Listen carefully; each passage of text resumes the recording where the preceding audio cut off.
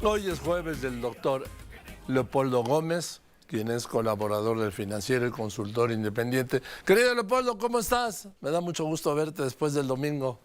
Exactamente, mucho gusto verte hoy y también el domingo en esa que fue nuestra casa por tantísimos años, más de 2 décadas, Joaquín. Así Qué es. gusto haberte visto ahí, qué buena mesa, la verdad. Sí, sí, sí. Y tú parece que la habías conducido una otra la noche anterior. Tenía 3 años de no estar por ahí, aprecio enormemente que me hayan invitado a conducirla, fue un privilegio tenerte ahí con los otros colegas en la mesa. Sin duda, una mesa muy, muy interesante. Bien, ahora, al tema, Leopoldo. Pues el tema son las elecciones, ¿no? Y serán así por algún tiempo. Yo creo que, bueno, pues empecemos por lo obvio, fue un tsunami aún más potente que el de 2018. Más de 35 millones de votos y para Claudia Sheinbaum, mayorías pues, en ambas cámaras, calificadas seguro en la de diputados y cerca en la de senadores.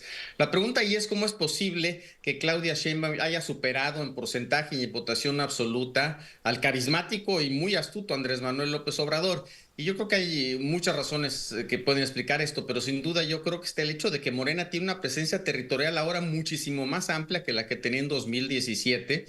Y además que el impacto de las políticas que tomó el presidente López Obrador, como el aumento de los salarios mínimos o los programas sociales, pues han impactado, digamos, en la vida. Tiene un impacto real en la vida de un segmento muy amplio de la población y eso no existía antes de 2017. Eran promesas, se volvieron realidades. Me parece también que ahora la oposición que nunca supo reinventarse, pues se topó no solo con la candidata Claudia Sheinbaum, sino también con Andrés Manuel López Obrador, fue como 2 contra 1. Entonces, fue sin duda un resultado sorprendente para muchos, aunque, Joaquín, he de decir que las encuestas, las serias, muchas de ellas ya anticipaban esto. Y ese es el segundo punto que comentaría yo. Vaya crisis en la que hubieran estado los encuestadores si no hubiesen estado acertados y la elección hubiese sido muy cercana. No fue así. Y además lo interesante, según vemos en las encuestas de salida, es que el triunfo de Claudia Sheinbaum fue prácticamente generalizado entre todos los demográficos. Un dato que me salta ahí, lo traía en la encuesta del Financiero, es que Claudia Sheinbaum ganó aún entre quienes no reciben programas sociales. Así que eso del voto comprado y no sé qué tantas cosas se dijeron y sobre todo con lo que se autoengañó la oposición, no me parece que haya sido decisivo. Obviamente la contienda no fue equitativa, el presidente se metió, el piso no estuvo parejo y demás, pero el tamaño de la victoria es tal que por supuesto hay un apoyo real y mayoritario a la 4T. La 4T habla y se conecta con la mayoría del electorado de una manera que no lo hace la oposición. Otro punto, el tercero, Joaquín, es que pues, el presidente Claudia Sheinbaum y su movimiento pues pasaron no solo por encima de la oposición, sino también de los críticos y de la sociedad civil que se manifestó en la Marea Rosa.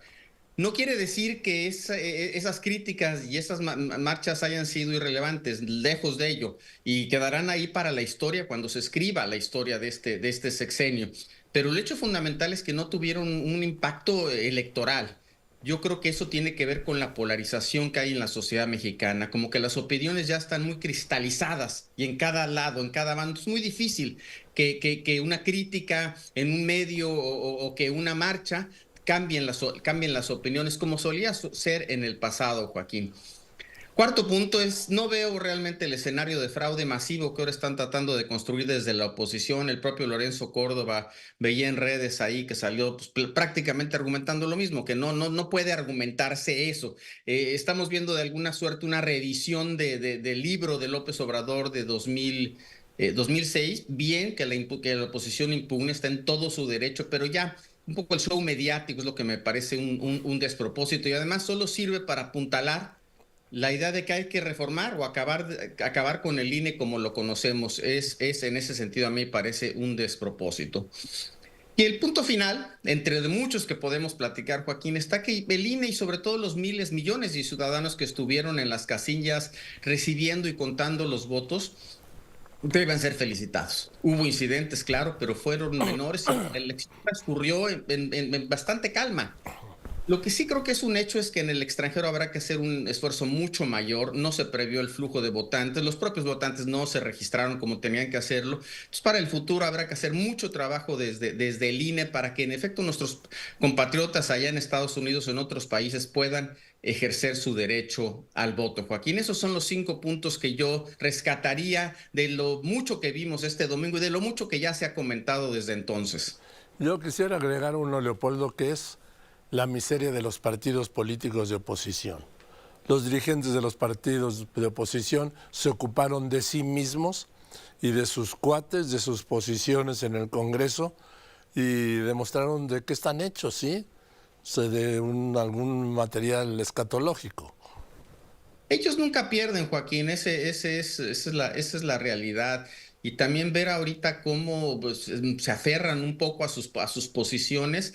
Híjole, la verdad es que yo creo que el PRI está en una posición muy precaria y podría pues, prácticamente desaparecer. El PAN tiene una historia mucho más larga de oposición, pero lo noto muy debilitado y con la dirigencia actual no veo que pueda reinventarse y constituirse en un partido realmente grande, potente, capaz de enfrentarse a Morena en el futuro. O se reinventan de principio a fin, o realmente lo que habrá que esperar es que surja una nueva oposición y que queden marginados, Joaquín, exactamente por lo que tú dices.